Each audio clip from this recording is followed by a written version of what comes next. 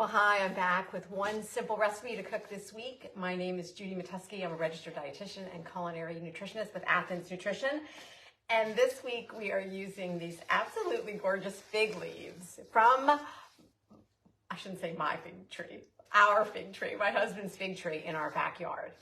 These fig leaves, I just cut them this morning. They're absolutely gorgeous. We're going to wrap the chicken dumplings in the fig leaves, and I'm going to show you how to do that. And we'll talk about a substitution because I know all of you don't necessarily have a fig tree growing in your backyard. If you don't, though, you should because they're relatively easy to grow once they get established. And I'm no lie, we got over 20 pounds of figs from our fig tree this season, and it's not a huge fig tree, so it was pretty incredible. I'll talk a little bit about that too, maybe some recipes that I've made.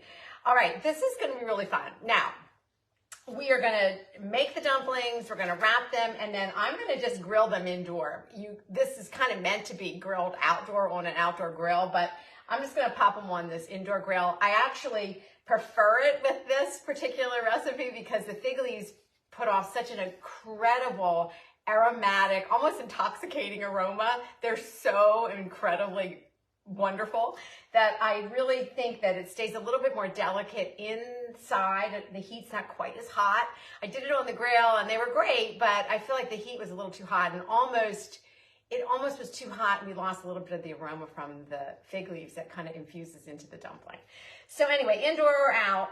So let's talk a little bit about this. First, let's look. I am going to let you know that I did do some prepping ahead. So this is not a weeknight meal. It's easy. It's no ingredients that you probably aren't familiar with the exception of a couple, and we'll talk about those.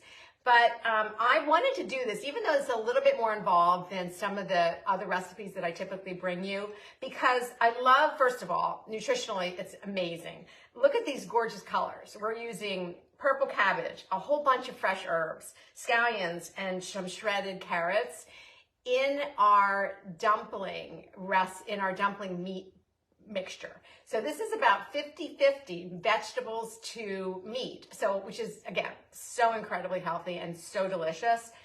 I'm using ground turkey. The ground turkey that I always get, it's from Costco. I really like it. It's like, 93% lean, but it still has a lot of flavor to it. It tends to be a little bit on the wetter side, but it tends to work. It works pretty well with almost all recipes. So that's what I have. It's about 1.5 pounds. I'm probably not going to use all of it because the recipe does just call for 1 pound.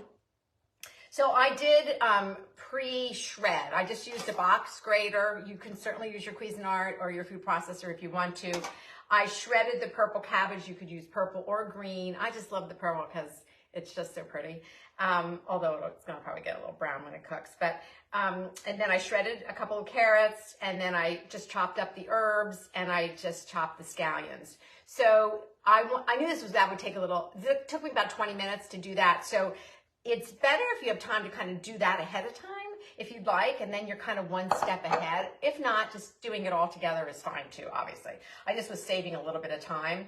So I did do all of that, but I just wanted to show you those beautiful rainbow colors because we're always saying eat more vegetables, but eat the rainbow, right? All right, so I'm going to move the fig leaves. We'll talk about this in a little bit. I'm going to move them off to the side for now. So I'm going to just bring this bowl with all of these veggies. Remember, it's like 50-50. This is probably even more. I think maybe I will just go ahead and use the whole 1.5 pounds because I have so many vegetables in here. And there's the recipe for this is online. We can link it. You can go to judymatuski.com. That's where all of our recipes live.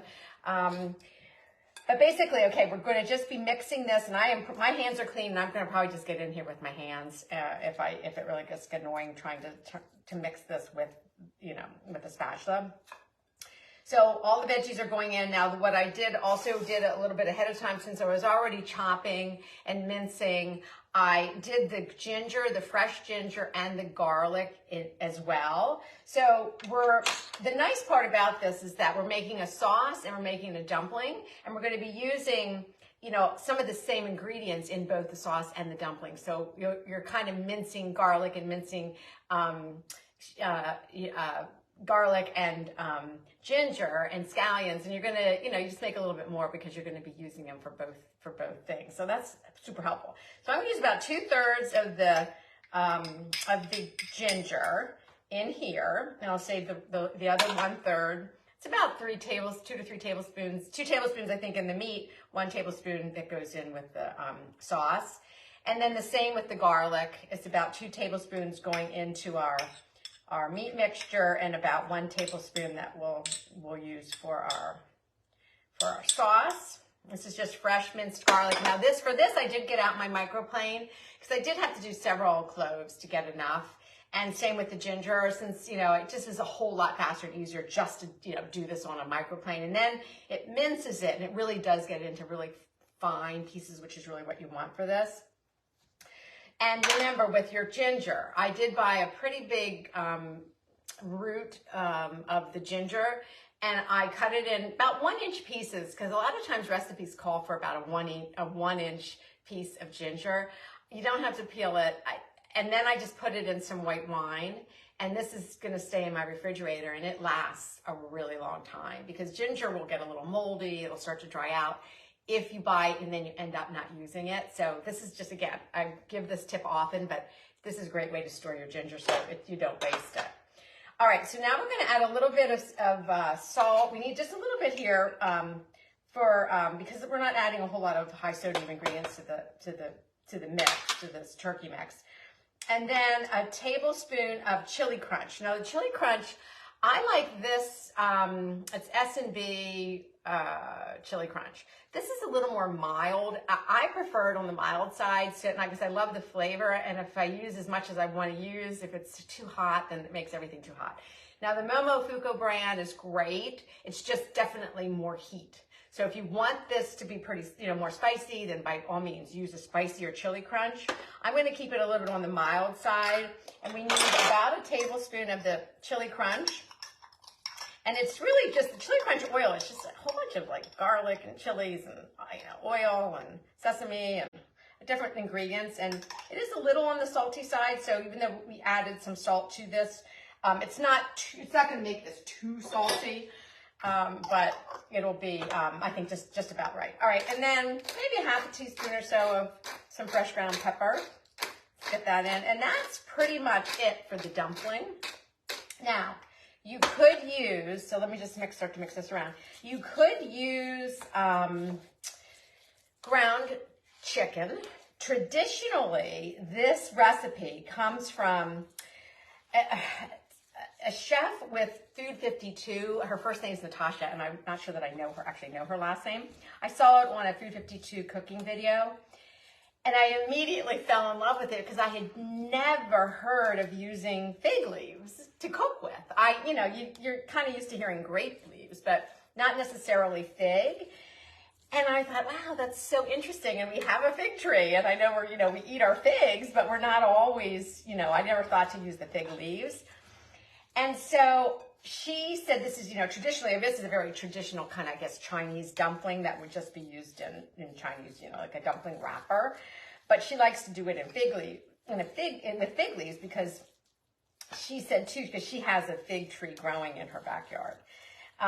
So anyway, this is such a cool recipe, and that it really brings together a lot of interesting flavors. And again, not hard at all, but it does just take, you need a little time to get all of this chopped together. All right, enough's enough of this. I tried my best to use that. Hands are going in. All right, so we don't want to overmix it. We just kind of want to fold all of these things together. If you don't want to use, as I was saying, you could use the ground turkey. That's usually what I have in my freezer, because if we're at Costco, I'll just buy it. You get quite a few packs when you buy it. But you could use, traditionally it's ground pork, so this really would be made with ground pork. If you wanted it to be vegetarian, then just use ground crumbled tofu. That would be great in this, because there's so many flavors that even though the tofu tends to be pretty neutral with its flavor, it would work in something like this. Okay, I think this is blended pretty well. All right, so we have all of the veggies in here, and now I'm going to let's just get started with making 1 or 2 of these fig leaf dumplings. And I'm going to get my Okay, hold on one sec. let me wash my hands, because that's the downside, obviously, to using your hands, but they certainly are the best tool we have in the kitchen, as long as they're nice and clean, right? All right, I'm going to get my heat on. So I'm going to heat this, and I'll heat both sides. So if you have a double burner grill, I think these are great to have. I'm going to set these on kind of medium-high heat. I want it enough to grill this, but I don't want to actually totally burn the fig leaves. Okay, so we're going to take, the fig leaves really vary in size. So some are huge, some are tinier. I tried to pick a little bit of the larger ones that I could find on the tree, just because because I needed enough to like wrap the dumpling in. But you'll see that this has a stem to it, right? So when I pick it off the tree, there's a little stem that I cut off. If you can see that stem. I'll cut that off because it's a little bit too tough. All right, so I have that cut off on these. Oh my gosh, let me just wipe that down. I rinse these with water and they're a little bit on the wet side. Okay. So we're going to take the dumpling, if you can see, we're going to take the fig leaf. And then it's about 1/4 cup, and it's going to really depend. I'm going to turn this down a tiny bit. It depends on how big your fig leaf would be. Now, again, all right, so if you don't have fig leaves, and I realize you don't, I don't even know if I've ever seen them in a market. So unless you have a friend that has a fig tree, or someone you know who has a fig tree, or you have a fig tree, you might not be able to get your hands on fig leaves, and that's fine. You can make these easily with like cabbage leaves, like Napa cabbage, maybe some, if you had like the red cabbage or the green cabbage, you might have to steam the leaves a little bit to soften them so you can fold them up a little. You could do it with maybe Swiss chard leaves, or you could use a traditional dumpling. You could do the wrapper, like a wonton kind of wrapper, or a dumpling wrapper, okay, so all right, so here I wrapped it. So basically you're just making this little parcel. I'll talk later. All right, let me just get this on the grill. Then you do need, I just have some kitchen twine. It wasn't the easiest thing to find in the supermarket, but I finally found it. And that is actually nice to have in your drawer anyway. You don't use it often, but every once in a while I need to tie something up, and as far as, cooking something that I'm making that maybe needs to be held together. So you're going to take the kitchen twine, and then I'm just twisting it. If I cut the string long enough, and we're basically, it's like wrapping a present, So again, like I said, this is not something you're going to do likely during a weeknight. This is a fun weekend barbecue. If you're having friends over, or family over, or even just for your family.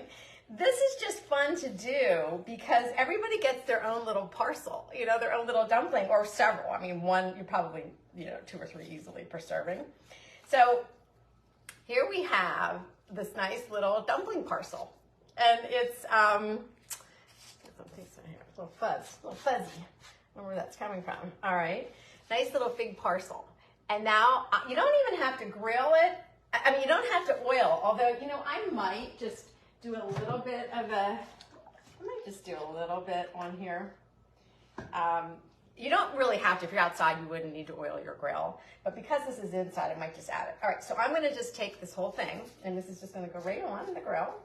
I'm just going to let it sit here. Let's do one more so that we can get at least 2 on there.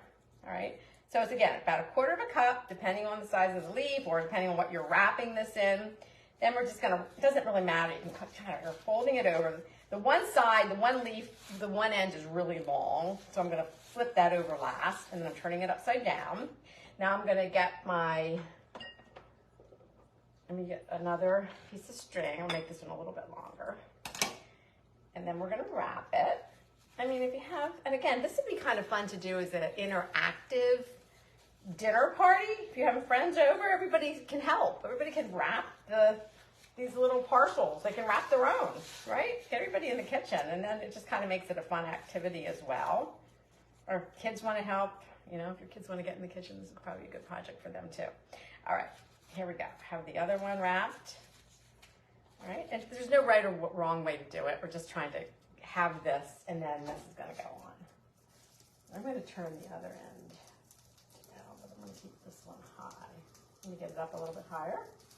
All right, we're gonna let it go.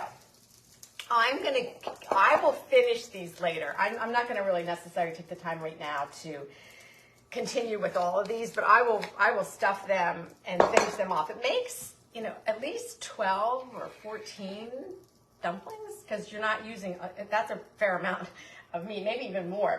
This might even make 20 because they're really on the smaller side.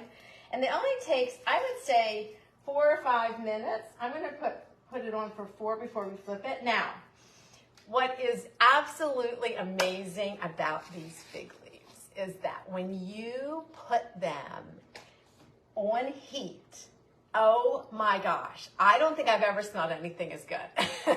It is a cross between, I was trying to get the best explanation for this, and I was looking it up to see how is everybody maybe describing this. It's slightly vanilla, definitely a nutty kind of coconut smell, and a little bit maybe faint of fig, but there's like this sweetness to it. Now, Natasha said, and I did do this and it worked, she said that if she has the extra fig leaves, she's been using her fig leaves like parchment paper. So I did this and it was delicious. I just made like a basic vanilla cake, just a one little 8-inch cake. And I used the fig leaves to line the cake pan. And then I added the batter, and then I baked it, and then I turned it upside down. And it looked so pretty because the fig leaves are kind of draping over the cake. But you take the fig leaves off, and then you cut it, and this nutty, coconutty, vanilla-y, sweet, incredible aroma gets into it gets into the cake, or gets into whatever you're wrapping it in. And that's to me that's why I had to bring this to you. And because I know you don't all have fig leaves, and I get that, but I wanted to share it because if you get a chance to do something like this, it is kind of special and something a little bit unexpected, especially if you're, for friends and family. So anyway, it's amazing. And so I used it for a cake. You could line, when you're doing a baking sheet, you could use the fig leaves on the bottom instead of parchment. And you could put, fish on top of that if you're roasting fish. You could put vegetables on top of it. She said she wraps them in, even makes little rice dumplings out of it. Anyway, we have so many fig leaves that I will probably try some other ways to use it. I think even remember you can make tea out of it. Like you just kind of put it in boiling water. You kind of, I guess, chop it up, add it in boiling water, and then strain it. So anyway, all right, I'm going to let these go for a little bit longer. Then we'll flip them. But in the meantime, we're going to make the sauce. So like I said, you're using, a lot of these ingredients are serving double duty.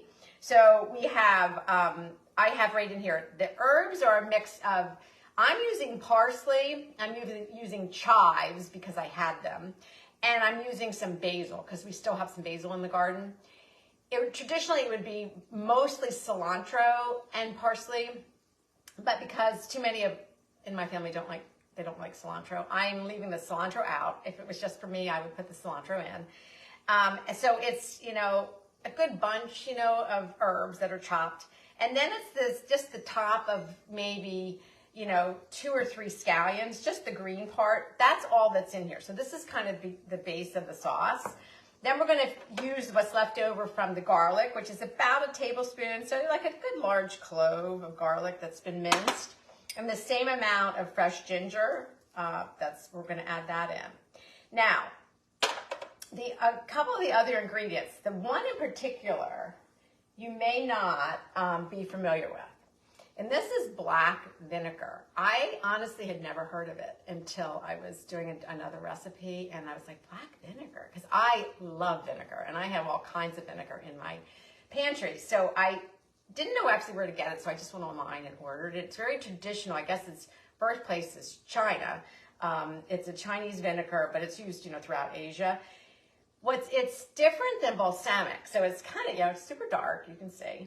It's aged. It's like an aged vinegar, similar to balsamic. Let me just flip these in. I'm using my fingers because they're not that hot. I'm just not going to use tongs. All right, so they're starting to grow, and I can smell them now. I can really smell them. That's the only. I just wish you could. It just smells so good. All right, I'm going to do it for another 4 minutes or so on the other side. Let me just get that going so I don't forget them. All right, whoops. Let me do. Yeah, I think I did that.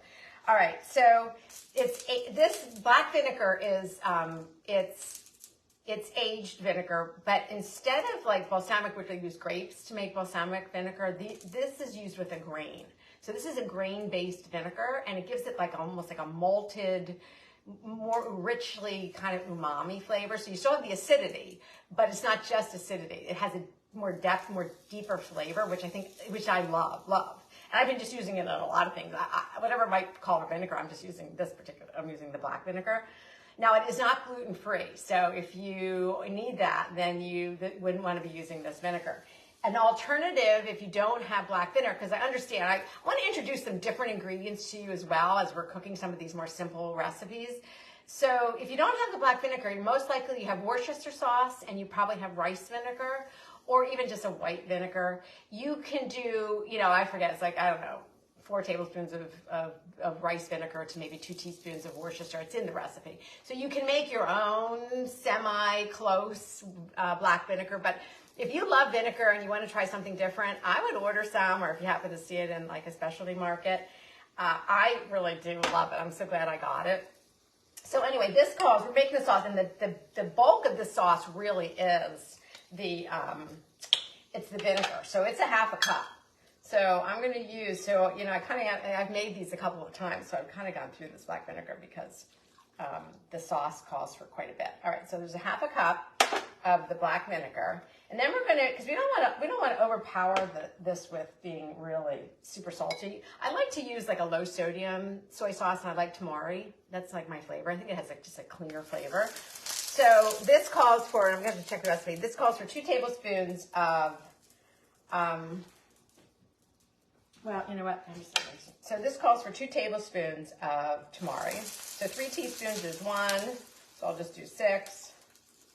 All right, 6 tablespoons of tamari, and I'm using the low sodium tamari. We have the ginger, and then we have the garlic. Now we're going to go back, and again, double duty, we're using the chili crisp in this as well, and it's about a tablespoon of the chili crisp. Now here, I think what I might do, just because I want a little bit of heat, I'm going to use 2 teaspoons of the more mild chili crisp, and then I think I will use, and I think even less, if I can get it open, even less than a teaspoon of the Momofuku. This is spicy. If you like spice, you're going to love this brand. It's a little too spicy for me, so I think I'm only going to use half of a teaspoon in there. I just don't want too much because I just don't want all that heat. All right, so the sauce is the vinegar, the soy sauce, I got my garlic, ginger, chili crisp. We have the herbs, and we have the scallions. There's the sauce. All right, let me just check these a minute. All right, they're starting. I know they're getting done because you can tell they're starting to cook because you can see some of the moisture coming out of the. Oh, and it smells so good. Those fig leaves are so amazing. All right, so here's the sauce. That's super simple. Again, most of these ingredients we're using in the dumpling. The more unusual you may or may not have would be obviously black vinegar, as well as the chili crisp. That might not be something you have as well. If you don't have it, you could skip it. This sauce is gonna be great. But if you do happen to have the chili crisp, I would add it in. Or you could just put some red pepper flakes in here if you want it to be a little spicier. All right, so that is done. Now, these are probably done. Let me pull my plate over.